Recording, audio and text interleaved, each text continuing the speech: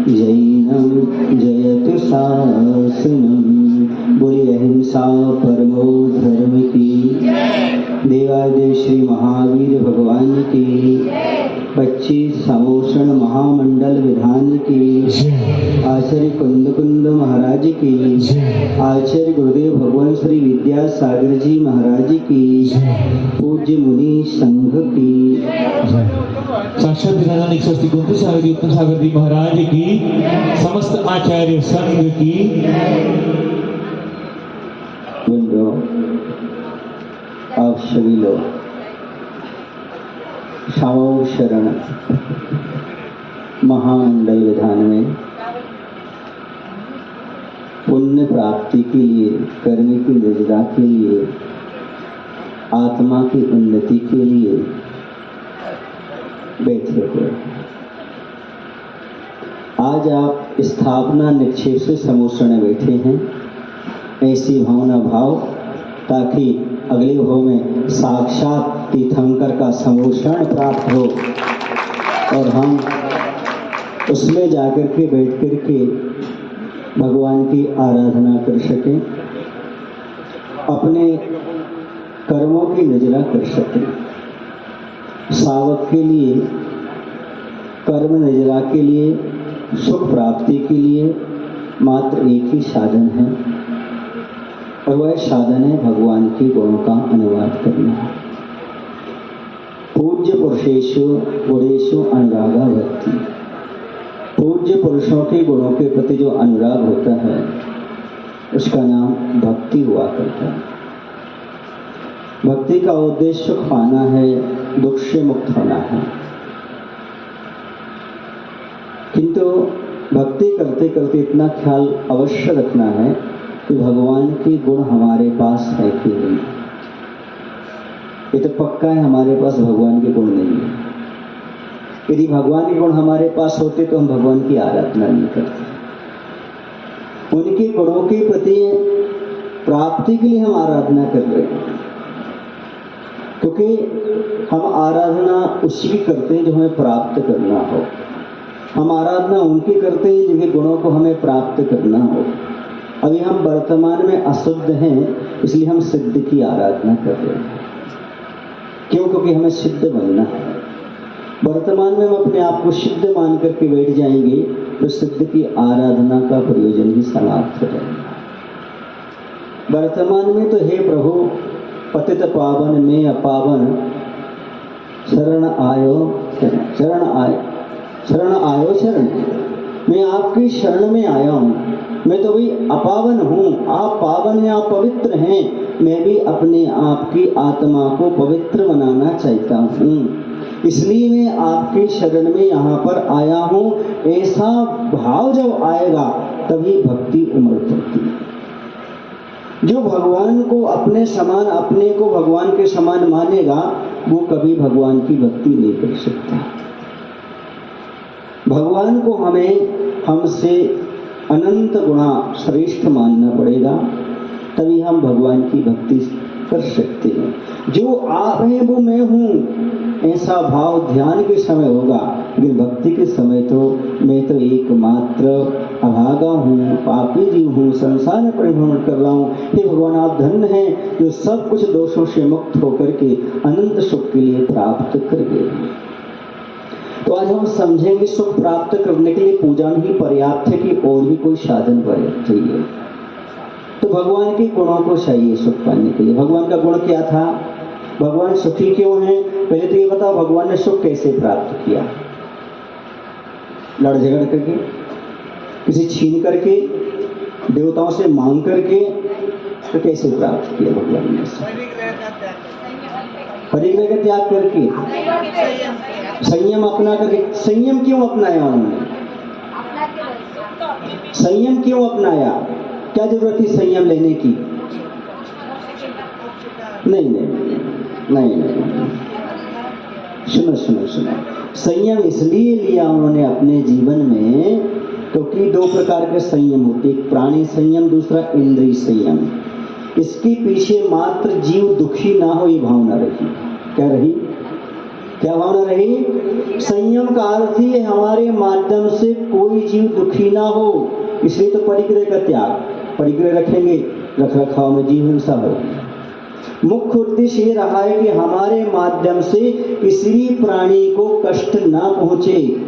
साधु इसलिए नहीं बनते कि दुनिया के दुख से घबरा जाते हैं, बल्कि साधु ये बनते हैं वो कभी किसी को दुख नहीं पहुंचाना चाहते, इस भावना को लेकर के साधु होते हैं, इसलिए वो सुखी होते हैं। ये सबसे बड़ा सिद्धांत है।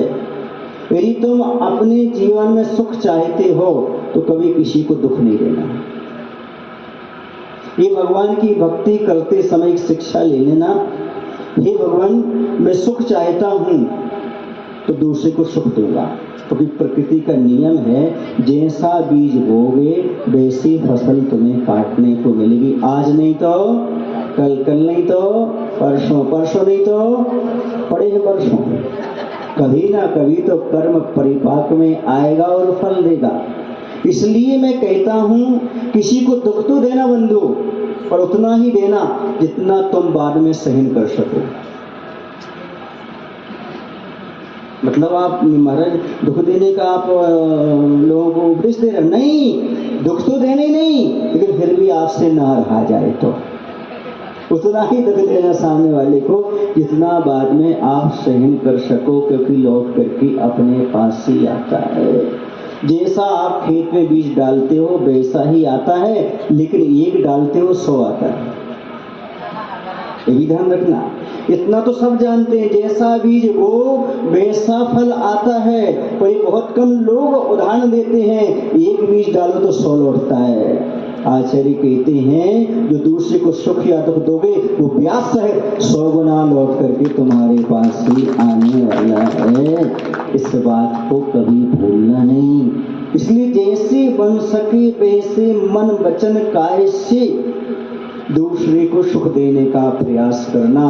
गौशाला का उद्भव इसलिए हुआ है, आचार्य भगवंत ने कहा है दुखी प्राणियों को देखकर दुखी हो, उनके दुख को दूर करने का प्रयास करो, तुम सुखी अपने आप हो जाओगे। सुखी होने का और कोई तरीका नहीं है। ऐसा तो नहीं है कि तुम पश्चिम की ओर जा रहे हो और पूर्व की यात्रा कह रहे हो, दूसरे को दुख दे रहे हो और सुख की यात्रा कह रहे हो। वो सुख कभी नहीं हो सकता। सुख तो वही होता है बंधु जिसके माध्यम से हम दूसरे को सुख पहुंचाते हैं तो प्राप्त होता है। ये नियम है प्रकृति का। आम बोओगे तो आम का फल आएगा, बबूल बोओगे तो ऐसा तो नहीं कभी आपने बबूल बोया हो तो द्राक्ष निकाल लिए हो, अंगूर निकाल लिए हो, ऐसा तो कभी हुआ है क्या? संभव नहीं हो सकता। हाँ, आजकल कलम पद्धति आ गई। कौन सी पद्धति आ गई? हाँ, तो आचार्य ने हमारे यहाँ भी कलम पद्धति दी। असाता को दे आ रहा है, वो साता करने लगो, असाता छट जाएगा, आपको आनंद की अनुभूति होने लगेगी। वो कलम पद्धति तो बाद में चली है। हमारे यहाँ तो ऐसा ही है कि आप चाहो तो कर्मों का आकर्षण भी कर सकते हो, उत्कर्षण भी कर सकते हो। ये आपके ऊपर डिपेंड करता है। अब हम आपके सामने 3 बातें रख रहे हैं। पहली बात यह है, आपने कभी जानबूझकर किसी को कष्ट पहुंचाया नहीं पहुंचाया? बताओ, जानबूझकर आप किसी को कष्ट पहुंचाते कि नहीं पहुंचाते? नहीं पहुंचाते। पूछता हूं, फिर अभी एक एक बात पर चलूंगा मैं। आप जानबूझकर किसी को कष्ट पहुंचाते कि नहीं पहुंचाते? बोलो, पहुंचाते। महावीर ओके, सही बोल रहे हैं। आप गाड़ी में आए यहाँ कि नहीं आए? आप गाड़ी में आए, वहां से आए नहीं आए? अच्छा, गाड़ी में आपको पता नहीं था जीव मरेंगे, जानबूझ के पहुंचा रहे कि बिना जानबूझ के पहुंचा है? बोलो ना। हाँ, अब थोड़ा एक एक बात पर आऊंगा। मैं आपसे पूछना चाहता हूँ, जब आप गाड़ी में बैठे थे तो आपने नीचे झांक कर देखा था क्या कोई जीव है कि नहीं है? नहीं देखा। आप जानबूझ के कष्ट पहुंचा रहे थे? इतना तो देख लेते कम से कम, नीचे जीव तो नहीं है, कुत्ते का पिल्ला तो नहीं है, कोई बच्चा तो नहीं है, मेंढक तो नहीं है। इतना भी आपको ख्याल नहीं रहता जब आप किस में बैठते हो?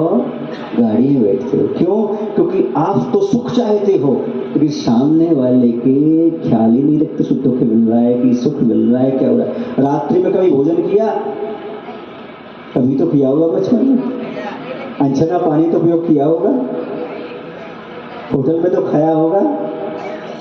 ये सब जो क्रियाएं हैं, इनके माध्यम से प्राणियों को कितना दुख पहुंचता है ये आपको नहीं पता है। अनंत ज्ञानी कहते हैं भैया एक बूंद अंशने पानी में क्या अनंत जीव होते हैं। तो विज्ञान कहता 36,450 होते हैं, हमारे तो असंख्यात जीव होते, 33 जीव, ऐसा बताया। तो ये अपन जानबूझ के कष्ट पहुंचा रहे हैं। अनजाने की बात तो छोड़ दो, बहुत सारी चीजें हैं जो हम जानबूझ कर कष्ट पहुंचाना चाहते हैं। हमारे पास इतनी बुद्धि नहीं, हमारे पास इतना विवेक नहीं कि कौन सी क्रिया कब करना चाहिए। क्रिया का विवेक नहीं होने से हिंसा हुआ करती है। सावक वो होता है जो श्रद्धावान होता है, विवेकवान होता है, क्रियावान होता है। इसलिए इसका ख्याल हमेशा रखना चाहिए कि हमारे माध्यम से जो क्रिया हो रही है उससे सामने वाले को कष्ट नहीं पहुंचना चाहिए। यदि वो क्रिया किए बिना आप नहीं रह सकते तो कम से कम इतना ध्यान रखो, कम से कम कष्ट पहुंचे इतना तो आप अपने मानस को बना करके चल सकते हैं। पहली कंडीशन में आप फेल हो गए, जानबूझ करके दुख नहीं देने वाली। दूसरा आता है दुखी को देखकर दुखी होते हो क्या? कोई दुखी प्राणी है तो उसे देखकर दुखी होते हो क्या? हाँ होते हैं महाराज, जिनसे अपना अच्छा व्यवहार है। दुश्मन यदि हमारा हो और यदि उस पर कष्ट आया हो तो मजा लेते हैं। क्या लेते हैं? अरे उसके साथ ऐसा तो होना ही था, उसने हमारे साथ किया था, हो गई वो। ये आता मन में कि नहीं आता है? समझ लेना करुणा गई, धर्म गया, पूजन गई। यदि किसी दुश्मन के ऊपर भी कष्ट आए तो ये सोचना है भगवान उसकी जगह मैं होते तो आज वर्तमान में क्या होता। उसको तो अपनी जगह रख करके देख लो, आप ऐसा सोच लो, विचार कर लो, तो अपने आप दुखी को देख करके आपके अंदर दुख उत्पन्न हो जाएगा। आचार्य कहते हैं अपने लिए आंसू बहाना आर्त ध्यान है पीड़ा चिंतन नाम का, और दूसरे के आंसू बहाना अपाय विषय नाम का धर्म ध्यान है। ये धर्म ध्यान हो जाता है। अपने लिए तो आंसू कोई भी बहा लेता है, पापी भी बहा लेता है, नारकी भी बहा लेता है, कौन नहीं बहा लेता अपने लिए, अपने दुख के लिए।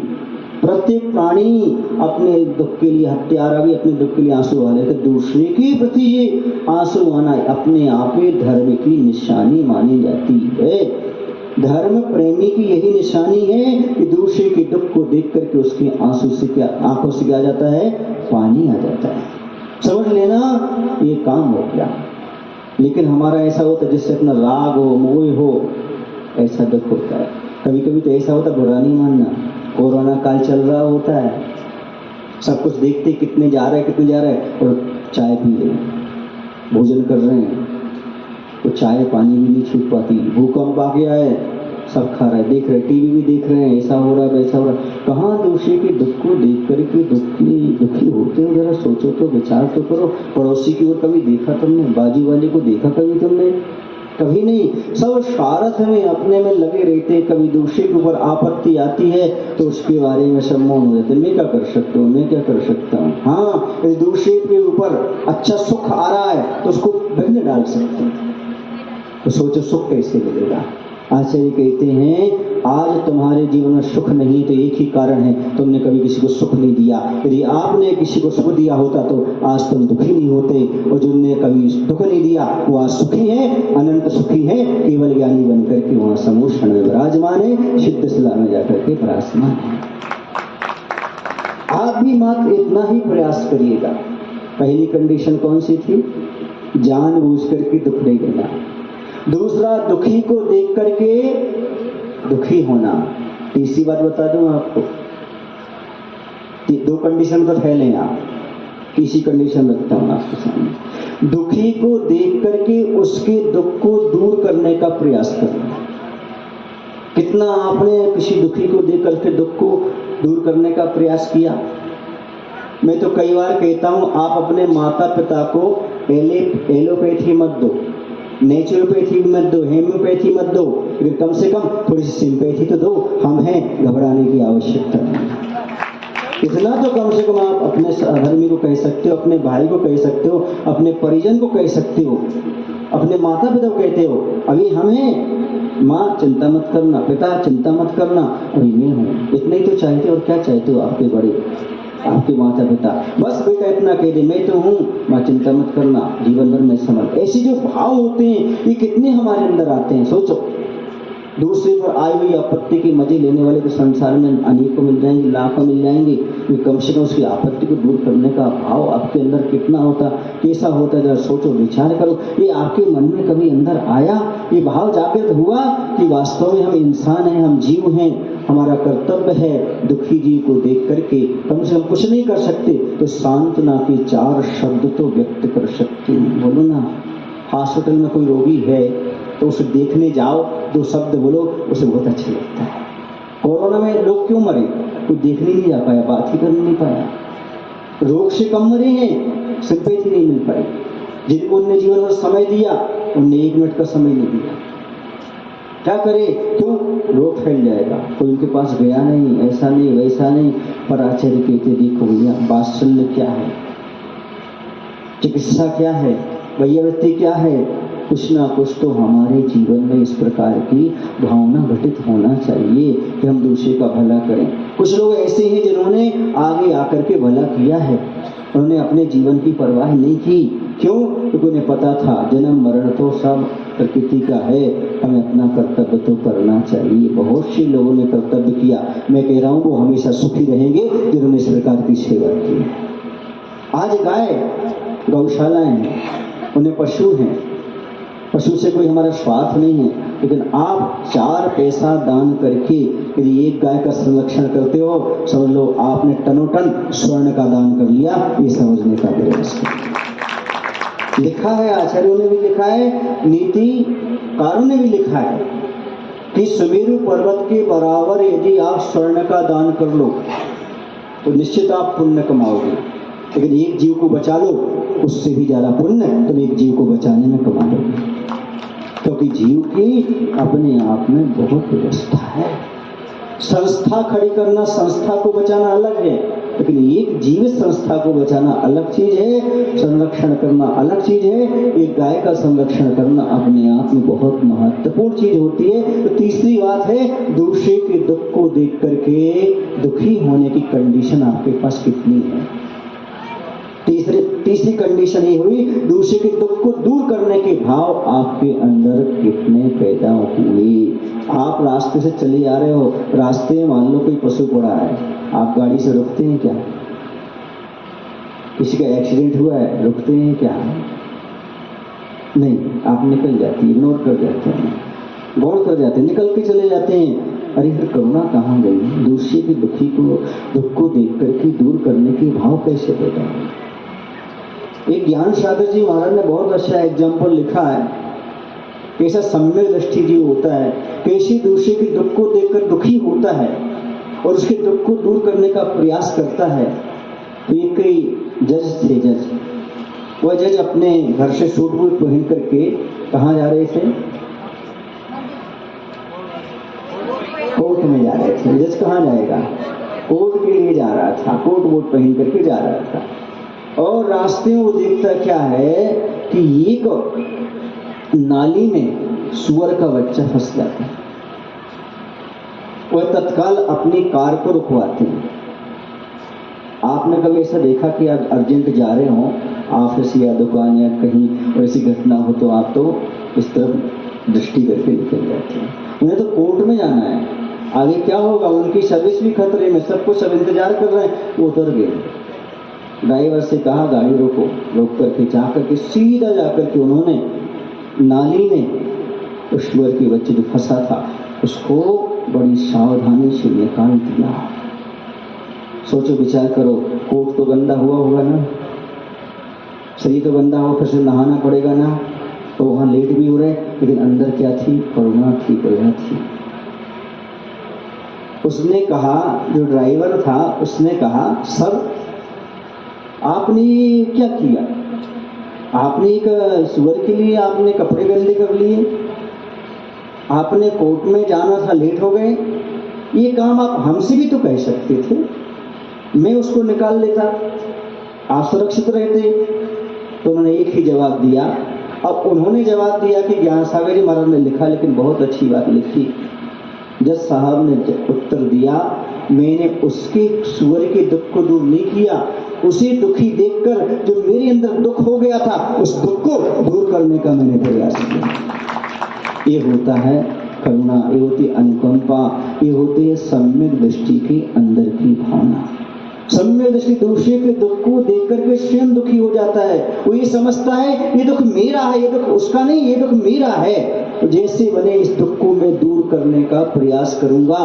कर्मिक उदय से किन पर दोष नहीं आते, किन पर दुख नहीं आते, इस दुख को समझने का हमें प्रयास करना चाहिए और उसको दूर करने का जैसे बने वैसे मन वचन काय से दूर करने का प्रयास करो। इससे बड़ा और सुखी होने का कोई रास्ता न आचार्यों ने बताया है और न कभी हो सकता है।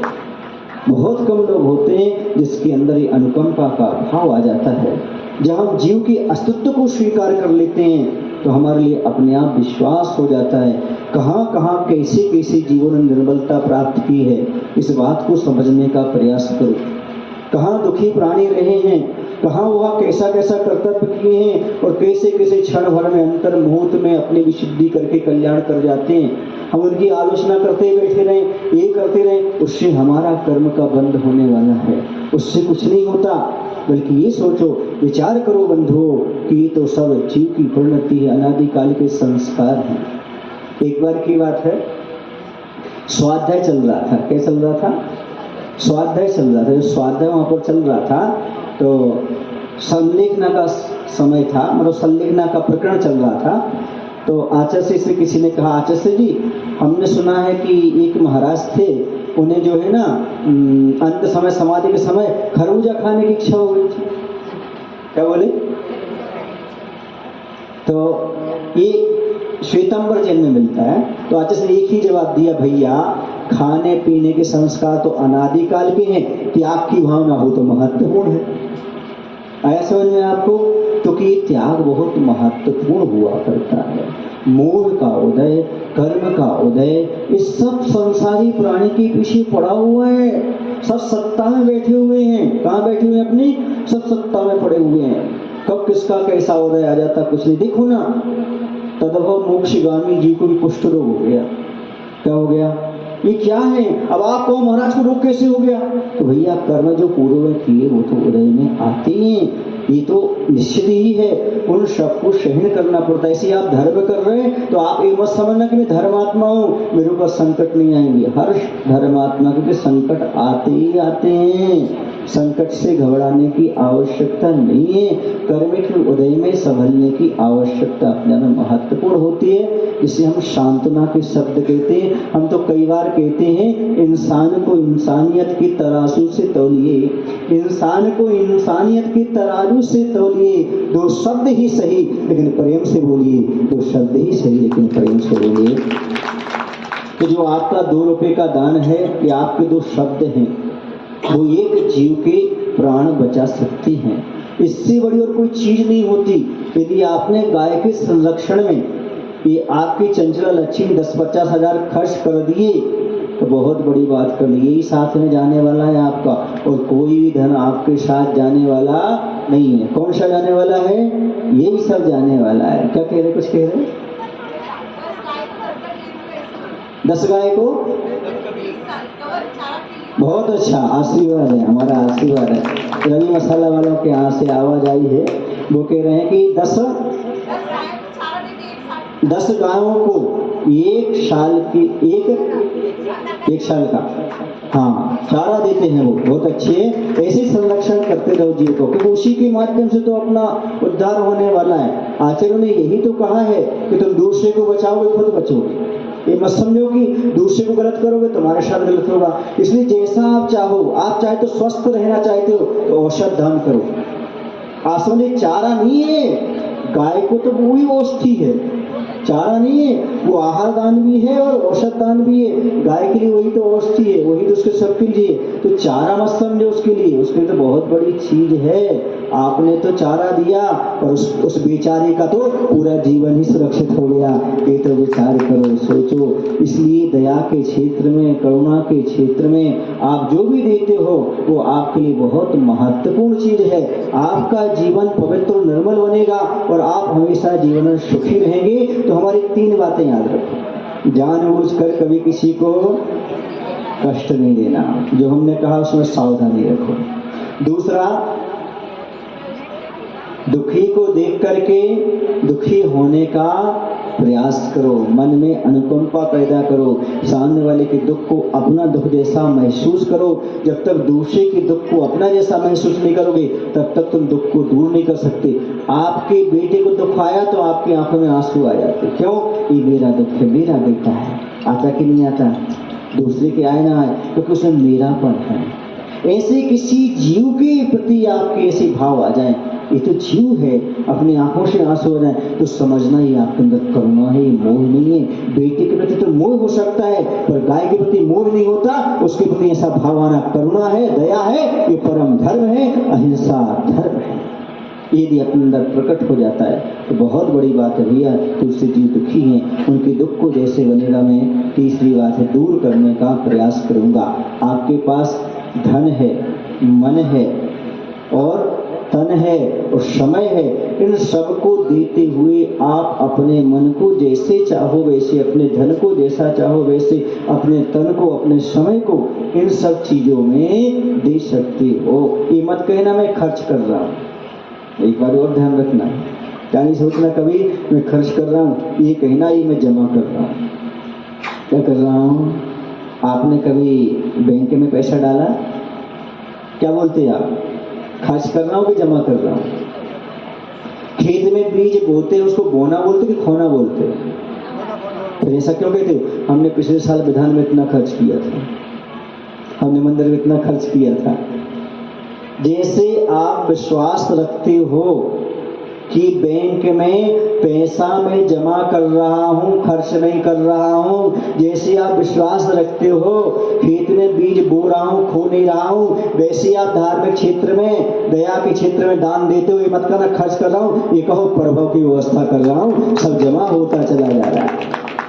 एक एक करके मिलेगा। दुनिया की बैंक फेल हो सकती है, वैभव महाजन सुन रहा हूं, दुनिया की बैंक फेल हो सकती है लेकिन धर्म की बैंक कभी फेल नहीं होती। सारा का सारा वहां पर अंत गुणा प्राप्त होता चला जाता है। इस बात को हमेशा याद रखना। इस श्रद्धान का विषय, किसका विषय है? श्रद्धान का विषय है। जैसे किसान को विश्वास होता है मैं आज जैसा बीज बो रहा हूं वैसी फसल आएगी, एक बीज बो रहा हूं 100 दाने आएंगे, वैसी विश्वास रखना मैं जितना दान कर रहा हूं उसका फल मिलेगा। पर फल की इच्छा से मत करना। किसान फसल की इच्छा से बोता है लेकिन आप कुछ मिल जाए इस इच्छा से नहीं करना, क्योंकि मांगने वाले को उतना ही मिलता है जितना भिखारी को मिलता है। मांगने वाले को उतना ही मिलता है जितना भिखारी को मिलता है, और नहीं मांगने वाले को उतना मिलता है जितना एक पुजारी को मिलता है। तो कभी भिखारी नहीं बनना, क्या बनना? पुजारी बनना। मंदिर के सामने भिखारी रहता है और मंदिर के अंदर पुजारी रहता है। तुम दो में से कौन? मांग रहे हो तो मंदिर के बाहर हो, तो कितना मिलेगा? 2 रुपए। और यदि आप पुजारी हो तो अंदर जाओ और अंदर में कुछ मत मांगो। क्यों नहीं मांगो? क्योंकि कहते हैं भैया घने छायाधार वृक्ष के नीचे खड़े होकर कहो ये वृक्ष मुझे छाया दे दो, कि पागलपन नहीं तो क्या? तुम तो छाया में ही हो। ऐसी भगवान के समोषण में आके कुछ मत मांगो, वहां तो सब कुछ आपको प्राप्त होने वाला है, बिना मांगे सब कुछ प्राप्त होता है। क्यों? क्योंकि ये तो प्रकृति का नियम ही है। जो व्यक्ति दान करता है, धर्म करता है, उसके पास सब कुछ अपने आप आता चला जाता है। इस बात को हमेशा याद रखना अपने जीवन में कि हे भगवान मेरे द्वारा कभी किसी को कष्ट ना पहुंचे। स्वयं तो हम दुख को सहन कर लें लेकिन दूसरे को दुख ना पहुंचाएं, ये अपने आप में महत्वपूर्ण है। स्वयं दुखी हो जाएं पर कभी किसी को दुख ना पहुंचाएं। एक कवि ने लिखा है संत हृदय नवनीत समाना। संत का हृदय जो होता है वह नवनीत समझते हो ना, मक्खन नैनू क्या बोलते हैं आप लोग उसको? नौनी लोनी, हाँ महाराष्ट्र में नौनी बोलते हैं उसको, लोनी। हाँ, तो वो जो होता है वह क्या होता है? बहुत मुलायम होता है कैसा होता है? बहुत मुलायम। तो संत का हृदय भी कैसा होता है? बिल्कुल वैसा ही मुलायम हुआ करता है। ऐसा कभी लिखते। लेकिन सामने मेरे एक प्रश्न खड़ा हुआ, थोड़ा मैं ज्यादा सोचता हूँ, चिंतन करता हूँ, तो मैंने गंभीरता से चिंतन किया। बोलो आपके सामने रखूं। देखिएगा, कवि ने लिखा है कि संत का हृदय नवनीत के समान होता है, लेकिन नवनीत कब पिघलता है? जब उस पर आँच आती है। नवनीत कब पिघलता है? जब उस पर आँच आती है। लेकिन हमारा चिंतन कहता है संत जब पिघलता है जब दूसरे पर आँच आती है। संत कब पिघलता है? जब दूसरे को, माने अपने दुख को तो सहन कर लेता संत, लेकिन दूसरे को दुख आए तो उसकी आंखों से आंसू आ जाते हैं। ये सही संत की पहचान हो जाती है। अपने ऊपर आए हुए कष्ट को वह सहन कर लेता है। नवनीत का कैसा स्वभाव है? वह स्वयं पर आँच आए तो पिघले, लेकिन संत का क्या है? दूसरे पर आँच आए तो स्वयं पिघल जाए। ये है दया और करुणा की उत्कृष्ट परिभाषा। स्वयं के लिए तो हर व्यक्ति के आंसू आ जाते, पर दूसरे के प्रति इस प्रकार के भाव आए, हे भगवान इसको कष्ट में है, इसके कष्ट दूर हों। आप लोग पढ़ते हो, मैत्री भाव जगत में मेरा सब जीवों से नित्य रहे, दीन दुखी जीवों पर मेरे पुरुष करुणा स्रोत वहे। तो मैत्री भाव किसे कहते? कोई भी सभा में खड़ा होकर बता दे मैत्री किसे कहते, क्योंकि आप लोग स्वाध्यायशील हैं। मैत्री कहते किसे हैं? आगम के परिप्रेक्ष्य में मैत्री किसे कहेंगे? हाँ, उज्ज्वला जी।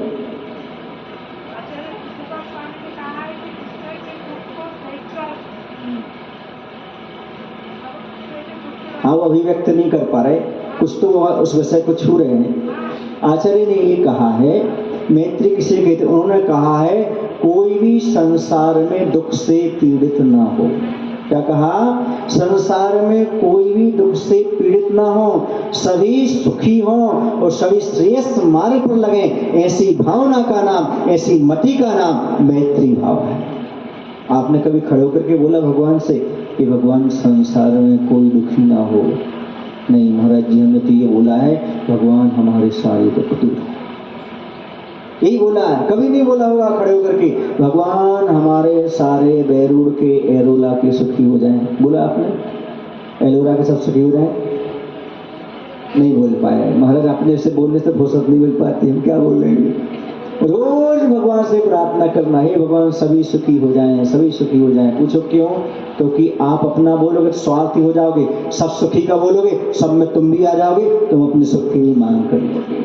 इसलिए हमेशा भावना करना भगवान संसार में कोई दुख कर्मों से पीड़ित ना हो, कर्मों से दुखी ना हो, सबके कर्म का क्षय हो, सभी लोग सुखी हों, ऐसी पवित्र भावना लेकर के चलना। मात्र द्रव्य चढ़ा देने का नाम पूजन नहीं है। एक थाली से दूसरी थाली में, एक बर्तन से दूसरे बर्तन में द्रव्य का छिड़कना सो पूजन नहीं है, बल्कि भगवान ने जिन गुणों को अपनाया है उन गुणों की ओर भी हमारा ध्यान जाए तो समझ लेना वास्तव में हमने भगवान की पूजन कर ली। गुणेषु अनुरागः पूजा। उनके गुण कैसे थे, भगवान के पास कैसे गुण रहे, जरा विचार करो। पार्श्वनाथ भगवान के गुणों का चिंतन करो, विचार करो। जिस कमठ ने उनका हित किया, उन्हीं का भला करने का भाव उन्होंने किया। सोचो, विचार करो, आप चिंतन करो, अपने मन में सोचो कि भगवान कैसे बना जाता है। पार्श्वनाथ की पूजा करने से पहले भगवान ने क्या क्या सहन किया है इसको तो देखने का प्रयास करो। पहले उन्होंने कमठ की सलाएं खाई हैं, फिर कमलासन पर बैठे। हाँ, ये खाने को तैयार हो क्या? नहीं महाराज, हमें तो मस्त कमलासन दे दो, सिलाई नहीं खाना। ऐसा नहीं, सब कुछ उपसर्ग परिचय आदि सब कुछ सहन करना पड़ते हैं। उसके उपरांत जाकर के आत्मा उस निर्मलता को, पवित्रता को प्राप्त होती है। तो भगवान की पूजन करते समय इतना हमेशा ध्यान रखो अपने जीवन में भगवान कि मेरे माध्यम से कभी किसी को दुख न हो जाए। सुन रहे आप लोग की नहीं? आपके मन में यदि किसी एक के प्रति भी बैर भाव रहता है तो ध्यान रखो आप अपने सम्यक दर्शन से ऊपर, मतलब सम्यक दर्शन से बाहर हो जाते हैं। कभी आप मिथ्या से ऊपर नहीं उठते, इसलिए अपने मन में कोई कलशता आदि रख करके नहीं चलना। ये सोचना भगवान जितना हो मैं सामने वालों को खुशी रख सकूं, आनंद का अनुभव करा सकूं, दूसरे के दुख को दूर करने का प्रयास कर सकूं, ऐसा भाव रखना। कभी कभी ऐसा होता है कि संसारी प्राणी आज का इसलिए दुखी नहीं होता है उसके पास दुख है, बल्कि इसलिए दुखी होता है सामने वाला सुखी क्यों। सबसे बड़ा दुख है आज का, सामने वाला इतना सुखी क्यों है। जब हमारा 2 मंजिल का मकान था लेकिन बाजू वाले का 1 मंजिल का था, हमारा मकान सुख दे रहा था, बाजू वाले का 3 मंजिल का हो गया। हमारा घर वही है लेकिन दुख दे रहा है। देख दूसरों की बढ़ती को, ये होता क्यों है? क्योंकि हम अपनी ओर निहार नहीं पाते, विचार नहीं कर पाते, इसलिए ऐसा होता है। वस्तु स्वरूप को ना समझने से ये मन में कलुषता उत्पन्न होती है। अच्छा ये बताओ भैया, आपने सोचा कभी जितना धन हमारे पास है उतना सबके पास आ जाए? प्रवचन की बात अलग होती है। हर आदमी समझता है कि हमारा बेटा तरक्की करे, पड़ोसी तरक्की करे, पर इतना कभी नहीं चाहता हमसे ज्यादा तरक्की करे। आपके पास जो मकान है आप चाहते सबके पास हो, आपके जो गाड़ी है नई मॉडल की आप समझते हैं कि गाड़ी सबके पास हो, फिर नई मॉडल खरीदने का क्या मतलब है सबके पास हो गई। जो हमारे पास वस्त्र है वो सबके पास हो, जैसी पत्नी हमारे पास सबके पास हो, बोलो ना, ऐसा भाव बिल्कुल भी नहीं आता। पर एक बात याद रखना, हम ये कहते हैं जो भगवान मेरे पास है वो सबके पास आ जाता है। जो रत्नात्रय मेरे पास है वो रत्नात्रय सबके पास आ जाए। जो संयम हमारे पास है वो सबके पास आ जाए। जैसे हमें गुरु मिले विद्यासागर, वैसे सबके लिए गुरु विद्यासागर प्राप्त हो जाए, सब अपना कल्याण हमारे पर होता है।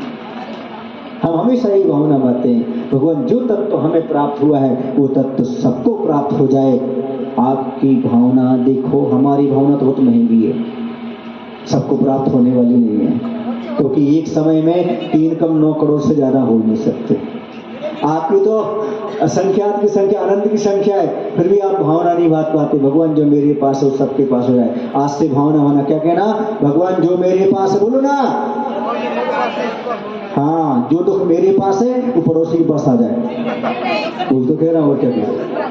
अच्छा, सुख की बात कह रहे, जो मेरे पास सुख है, जो अच्छी वस्तुएं भगवान वो सामने वाले के पास आ जाएं, ऐसी भावना भाओगे तो तुम अनंत भगवान के सच्चे भक्त कहलाओगे, तो अनंत भगवान के सच्चे भक्त हो जाओगे। इस बात को हमेशा ध्यान रखना। समय हो रहा है, इतना ही पर्याप्त है। महाराज जी सुनेंगे हम, बोले हिंसा परमो धर्म। आज विद्यासागर जी महाराज की, महाराज का गला ठीक नहीं है तो इतनी है, 9:30 बज चुके हैं। अब आप लोग पूजन आगे की होगी। बोलिए अहिंसा परमो धर्म की आचार्य विद्यासागर जी महाराज की, साक्षात विरामन एक स्वस्ति उत्तम सावित्री पुत्र सागर जी महाराज जी की, समस्त आचार्य संघ की।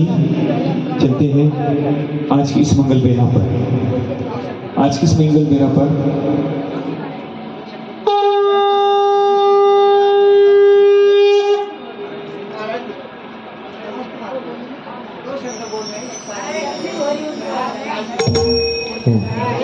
दोपहर को या पहिले म्हणजे सुनो, प्रवचन के पूर्व सुनो भैया, ऐका, उद्या प्रवचनच्या आधी उद्या करूया, कल प्रवचन के पहिले करू।